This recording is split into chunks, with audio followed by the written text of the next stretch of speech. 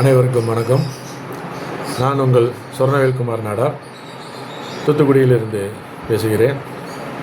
நேற்றைய தினம் சென்னையில் நாடார் பாதுகாப்பு பேரவை என்ற அமைப்பைச் சேர்ந்த ஸ்ரீனிவாசன் என்பவர் இந்த அரசுக்கு எதிராக செயல்பட்டார் என்று காவல்துறையால் கைது செய்யப்பட்டிருக்கின்றார். இந்த கைது நிகழ்ச்சியை பாலிமர் செய்தியில் சுபாஷ் பண்ணையார் அவர்களின் கூட்டாளி என்று கூறி செய்தியை தவறான முறையில் பரப்பி வருகின்றனர். இது முற்றிலும் புறம்பானது. ஸ்ரீனிவாசன் வைத்திருக்கும் அமைப்பு நாடார் பாதுகாப்பு பேரவை. எங்கள் தலைவர் சுபாஷ் பண்ணையார் அவர்கள் வைத்திருக்கும் அமைப்பு அகில இந்திய நாடார் பாதுகாப்பு பேரவை. இந்த பேரவையை தொடங்கியவர் மூலக்கரை வெங்கடேஷ் பண்ணையார் அவர்கள்.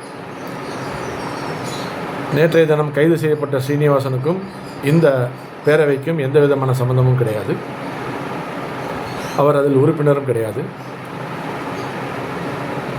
இந்த கைது சம்பவத்திலும் ஸ்ரீனிவாசனும் பண்ணையாரின் கூட்டாளி என்று தவறாக பாலிமர் செய்தி சொல்லியிருப்பது மிகவும் வன்மையாக கண்டிக்கத்தக்கது.